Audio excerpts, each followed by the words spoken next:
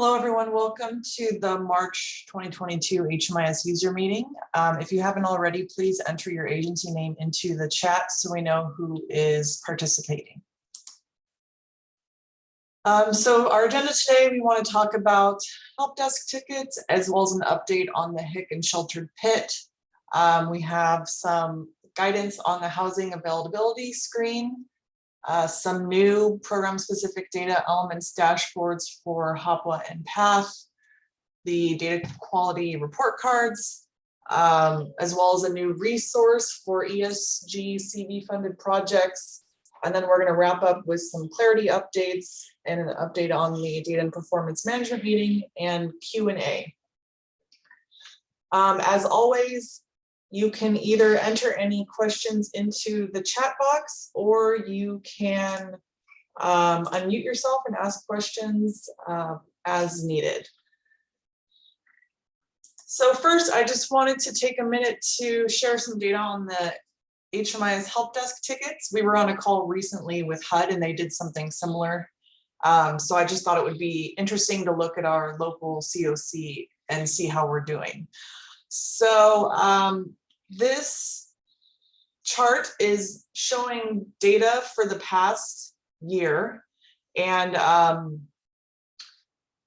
for each month you can see the percentage of help desk tickets that were solved by the help desk team. So if the bar is below 100%, that means that more tickets came in than were solved by the help desk team. And if the bar is above 100%, it means that more tickets were resolved than were entered. And the reason there can be more tickets resolved than entered is because there's some overlap or leftover from the previous month, which I'll show you in a minute also. So as you can see, there are some months where we've resolved a lot of tickets, and then a lot of months where there were some tickets left over from the previous month and we didn't resolve everything that came in.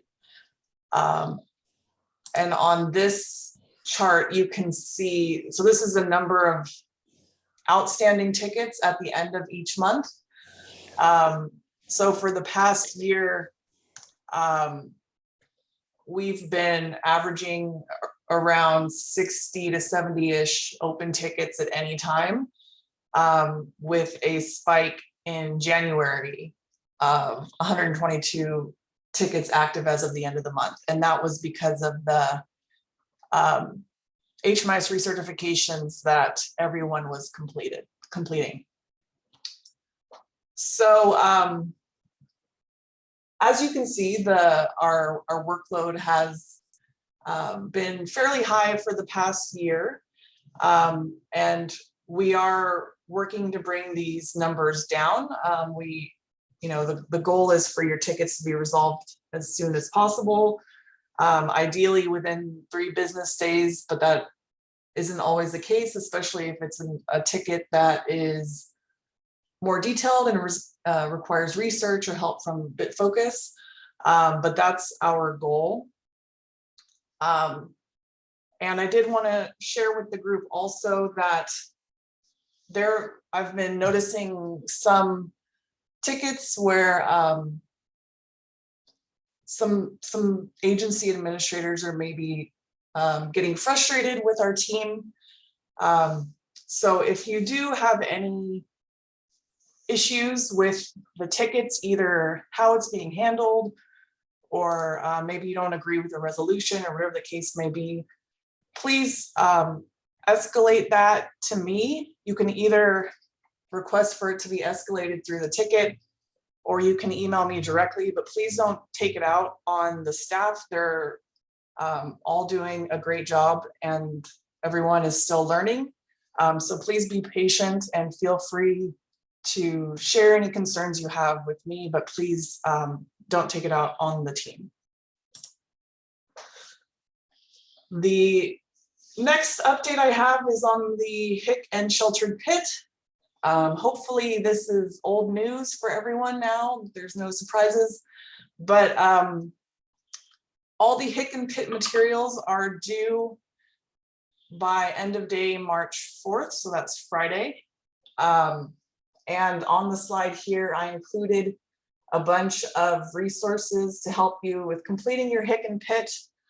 The HIC and PIT reports were sent out to everyone on Monday.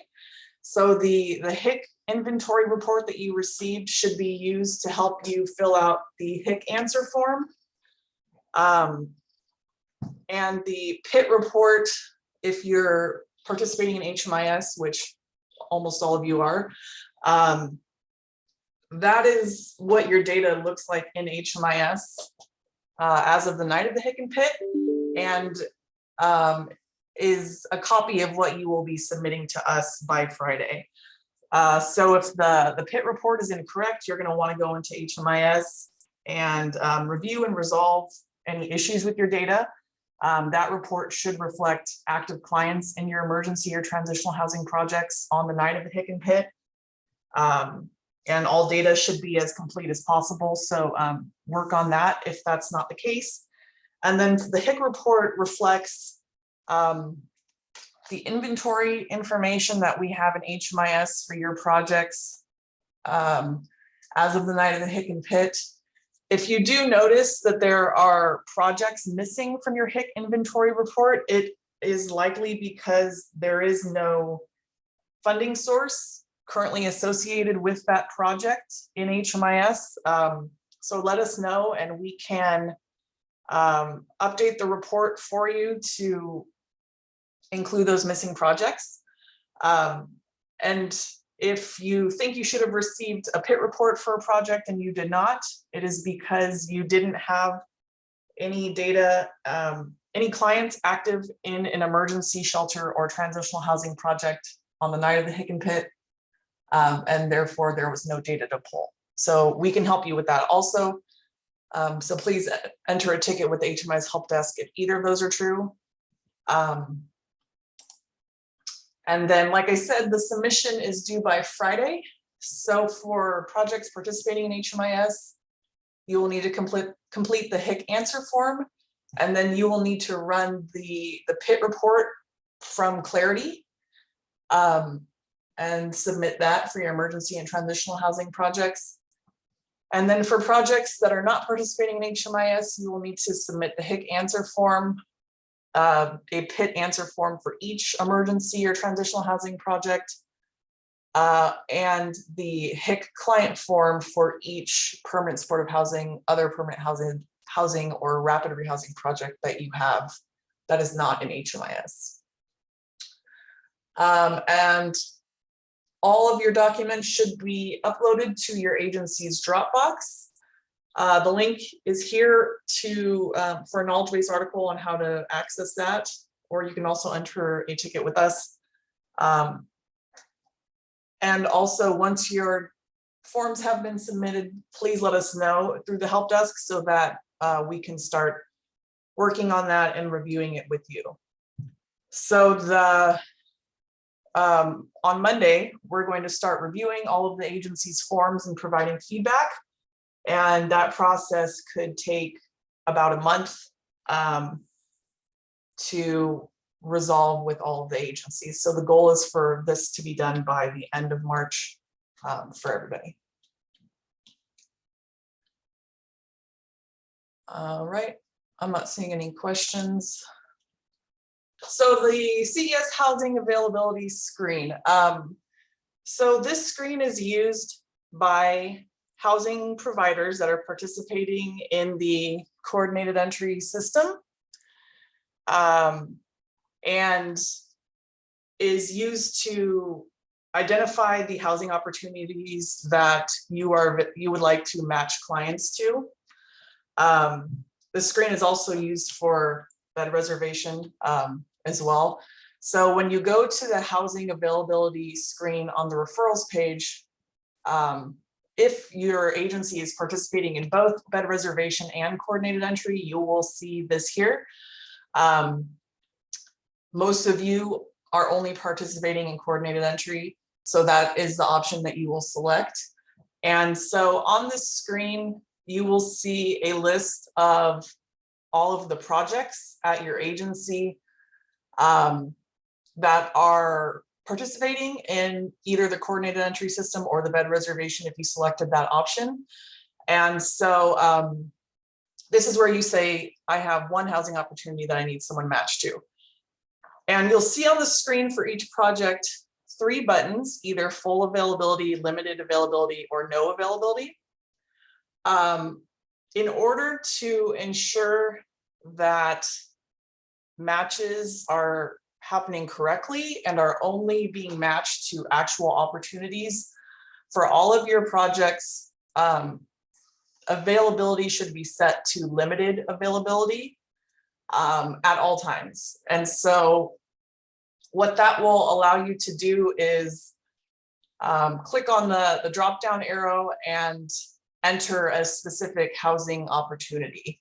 And once that housing opportunity is entered, then whoever's doing the matchmaking for the coordinated entry system that you're participating in, they will be able to match a client to that specific opportunity.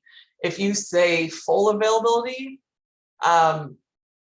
the matchmaker doesn't see actual housing opportunities. And so they could theoretically just keep matching clients to your project without any housing opportunities, but they won't see them a specific housing opportunity, which is not what we want. We want to be able to see where a client is being matched. And then if you choose no availability, then obviously they won't be able to match anyone to a housing opportunity. So even if you have no opportunities currently available, you can have it set to limited availability. So just, we recommend for all projects at all times, just setting it to limited availability. All right. Heather. Good morning, everyone. As a follow-up to the program-specific data element, data completeness dashboards and details reports that were announced in the November user meeting, we're introducing 2 new dashboards and details reports for the federal funding sources, Hopwa and PATH. So these dashboards are specifically for the additional data that needs to be collected for these 2 funding sources. Like the PSDE dashboards, you will also see separate reports for both entry screen and exit screen responses. And the purpose of these dashboards is to help you review your data for data completeness and find responses for these elements that aren't considered valid. So let's take a look again at what the dashboard looks like. Erin, would you mind going to the next screen?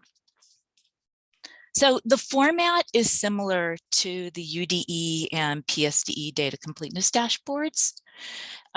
Each chart is a data element broken down by project. And the chart shows whether a response is a valid response, which is in green, and that means that the response was filled in. Or was a missing response. You see that in purple. And that means that the data wasn't collected or was blank data, or client doesn't know, client refused, here in yellow. So based on the information you see, you'll be able to update, if possible, any data completeness errors that your project might have. And you'll also see any exclusions or special requirements on the data element located under the data element name, to help you as you go through the data quality process. Erin, would you please advance to the next screen? So in addition, we have the Hopwa and PATH dashboard details reports. So this is a much more granular report as it shows separate rows for each client. And the responses for both entry and exit, depending on the report that you're reviewing. And this is so you can identify and address any very specific data completeness errors. The dashboards and details reports are available now in the data analysis tab under the Orange County Clarity Reports in the data quality section. Thanks.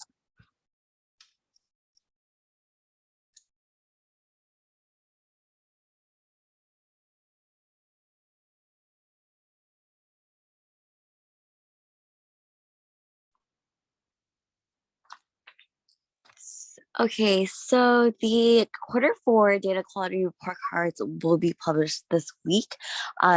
We just want to thank you all for participating and reviewing your data and making the corrections. So the HMIS data quality report cards go over 3 things, which is data completeness, data accuracy, and data timeliness.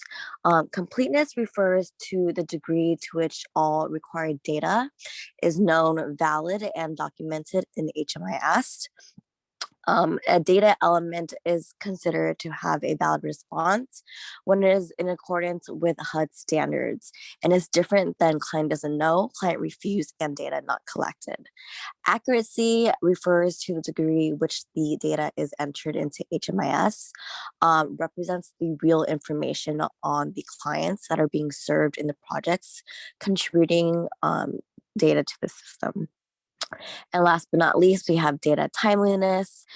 This shows the average number of days taken to enter data into the system regarding project start dates, our project start information, project exit, and services provided into HMIS for each project. And by HUD standards, we know that that is 3 days.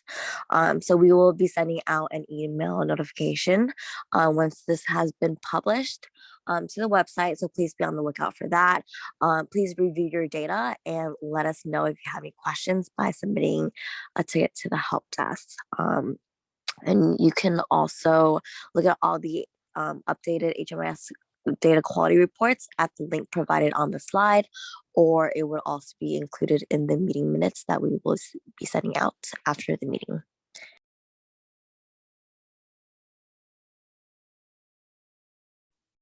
Hi, good morning, everybody. We wanted to share with everyone that HUD has issued or released a new resource on their website regarding the disposition and the record keeping requirements when using either ESG, CV, or regular ESG funds to purchase furniture or to purchase household furnishings for clients. If your agency is currently managing any funds, either ESG, CV, or regular ESG to buy furniture or furnishings for clients, you can review this post up on our website. It was posted earlier in the month, so you may have to scroll down a bit to find the link to this resource, but we do include the link back to HUD so that you can read over the document. That's part of it is on the screen here, and you can read through more information on that new resource. We're also sharing with everybody today 2 new updates that have been rolled out in Clarity, which we will be demoing after we go over these 2 slides. But the first update, it is the system is now displaying a currently enrolled label for household members who are actively enrolled in the same program as you are trying to enroll a client in that same program. When we go over the demo, I will share with you all an example of this new label that's been added. Next slide, please. Thank you. And then the second update that we'll also be sharing with you is a new dependent text field that's been updated. This is an update that allows the user who is recording a service item transaction in the client record to enter a description of what that service item is when it's specified as other. And if Erin, if you would be able to let me share my screen, I can demo both of those updates.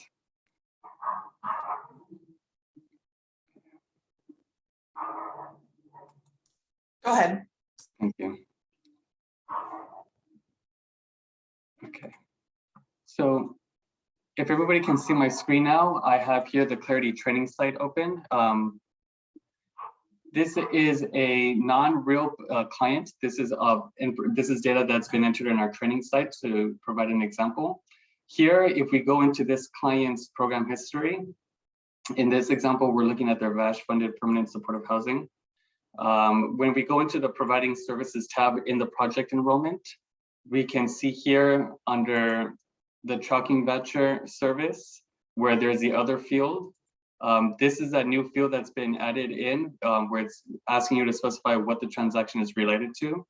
One note to keep in mind about this new update is that if you do try to advance or submit the form without entering anything into this field, you can see on my screen here that the line turns red and you receive the notification asking you to please correct the error. You won't be able to submit this screen without entering a text into this field if this is being specified as other. Specifically, there are 3 service items that this update is being added to. The HUD voucher tracking is one of the 3. The other 2 fields are the VA SSVF service, and then also the moving on assistance provided.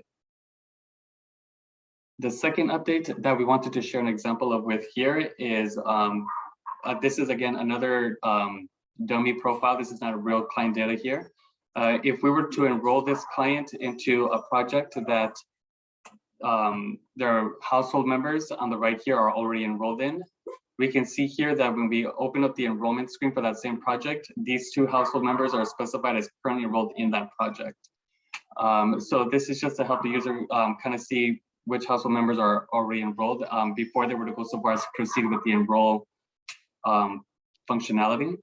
But this is an example of how that information would display. This is a new update that's been rolled out into Clarity. So if either you or any of the users at your agency run into any questions regarding any of those 2 updates, you can feel free to submit a ticket with our team and we will help you look at that further.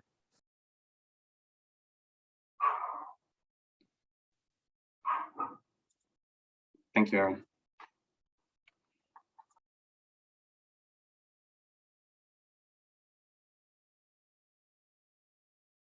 Jonathan? The March 2022 Data Performance Management Committee meeting will be canceled for this month. The meeting will resume next month on Thursday, April 14th. And the Homeless Prevention Project Performance Report will be published on March 10th. You can view our reports on our website at ochms.org.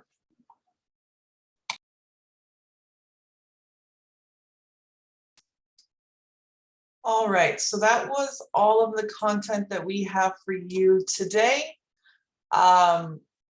If you haven't already, please enter your agency name into the chat box. If you have any questions about any of these items or any other HMIS things that you want to ask about, we do have a little bit of time. So please either unmute yourself or put your question into the chat. And otherwise we'll wrap it up. So I'll just hold on for a minute in case any questions are being typed out. Hi, Aaron. I have a couple questions. It's Carmen. Hi. So is it possible, and I'm not sure if this is because this would have to come from County of Orange. Is it possible to have the questions for the VIs for that numbered so that it matches the form, so it's easier to follow which question you're on when you're entering the data into the VIs for that?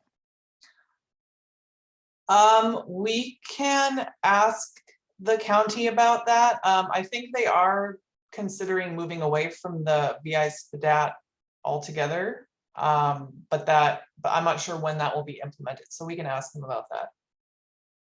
Okay, and then the next question is for case notes. I noticed that for a program that has been set up for a long time, that the case notes that I used to enter that did not have time tracking has been replaced with one that does. And I'm wondering why that happened. It's been replaced with what?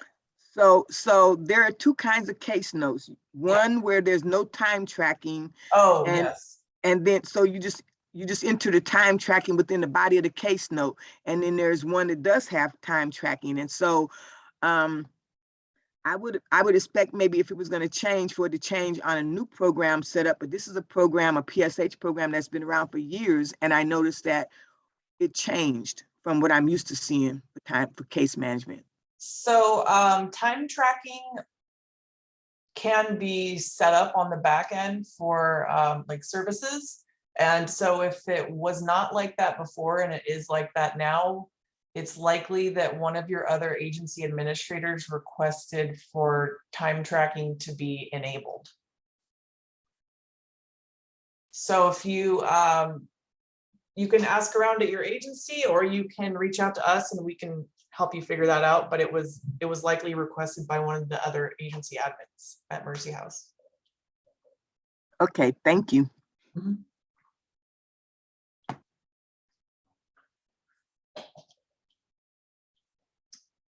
Any other questions coming in?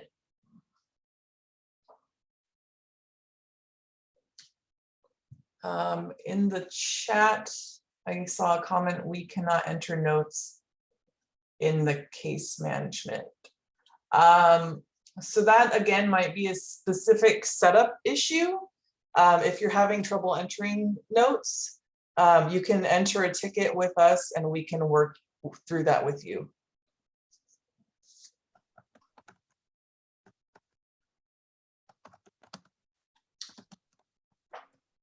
All right, so I'm not seeing any other questions coming in. As usual, we will be sending out the recording for this meeting as well as the slides and meeting minutes. The next HMIS user meeting is scheduled for April 6th. And we will send out the agenda a couple days before. And thank you all so much for attending and have a great day.